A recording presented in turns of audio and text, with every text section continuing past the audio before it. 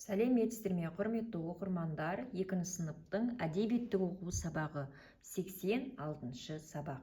Бүгінгі сабақта 1 тапсырмадан 5 тапсырмаға дейін бірге орындайтын боламыз. Құрметті оқырмандар, сіздер каналға тіркелуді ұмытпаңыздар, лайк басыңыздар. Каналға тіркеліп, өз көмектеріңізді беріңіздер. Сабақтың тақырыбы тау баласы. Сурет пен тірек сөздерді пайдаланып, шағын мәтінін құрастырып айт. Табиғат, тау, өзен. Бұл жерде біздер тауды көріп тұрмыз. Тау жанындағы табиғат өте тамаша. Таудың төменінде өзен ағып жатыр. Тауға барып демалған өте жақсы. Адамның тынысы ашылып, таза ауамен демалып, сергіп қалады деген сияқты шағын мәтін құрастырып айтуларға болады. Енді 1 тапсырмаға қарайық. 1 тапсырмада Әдібай Табылдының «Тау баласы» өлеңін мұқият тыңда дейді. Біздерде QR-ға берілген өлең екен. Бұны біздер 18-ші аудионы тыңдауымыз қажет.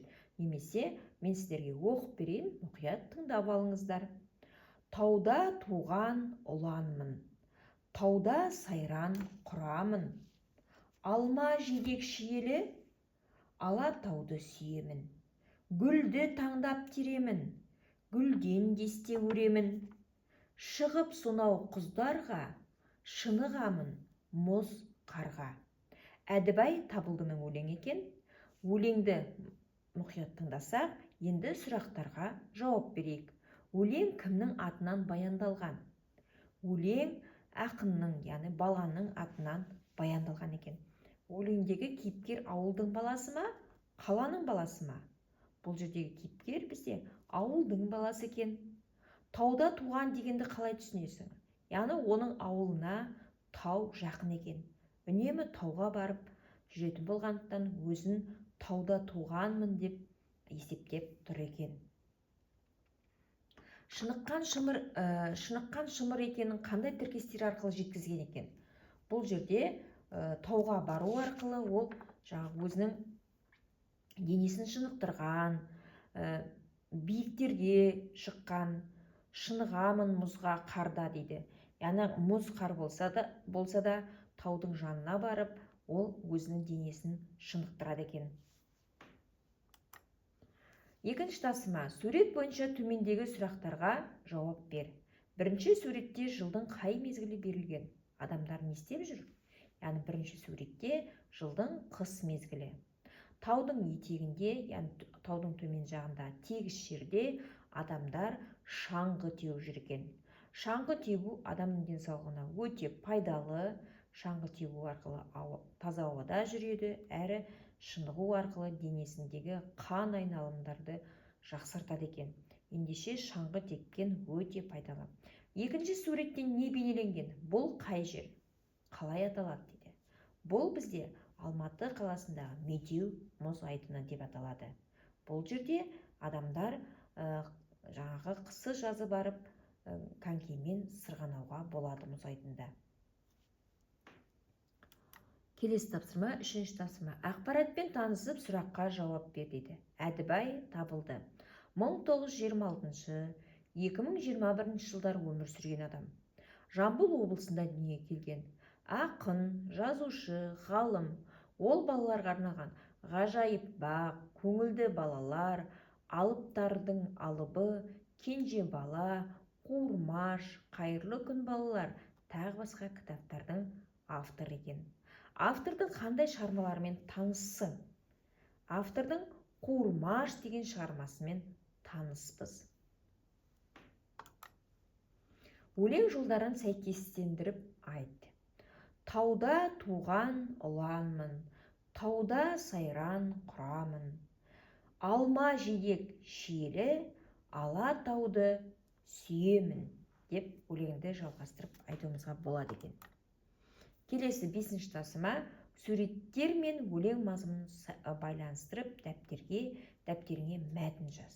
Яғни 1 суретте тау, ал 2 суретте жазық даладағы жайқалып өсіп тұрған гүлдерді, қызғалдақтарды көріп тұрмыз.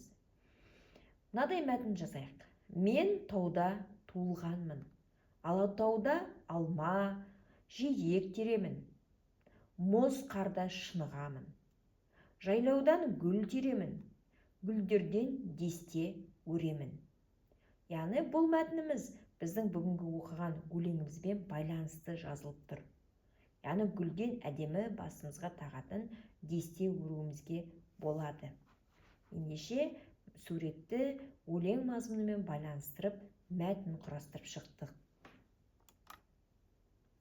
Құрметті оқырмандар, біздер бүгін каналымызда Тау баласы өлеңімен таныстық Әдібай Табылдының, және де соған байланысты мәтін құрастырдық. Бүгінгі сабақ сіздерге түсінікті болды деп есептеймін. Сіздер каналға тіркеліп, өз көмектеріңізді беріңіздер. Тауда яғни өскен адам шынығып, шымыр болады екен. Таудың ауасы өте таза. Адамдар тауға үнемі баруға қызығады. Мысалы, Алматыдағы таулардың әдемілігі, олардың сұлулығын сөзбен айту жеткізу мүмкін емес. Сондықтан тауға барып көріңіздер, тауға барып демалыңыздар. Ал тауда өскен баланың тіпті денесі керемет болады екен. Денесі шыныққан, қысы жазы таудың жанында өзін жаттықтырып шыныққан бала туралы айтылған екен. Сіздерге өлең түсінікті әрі нақты болды деп есептеймін. Сіздер менің каналыма тіркелуді ұмытпаңыздар. Каналға тіркеліп лайк басыңыздар. Комментарийді жазыңыздар.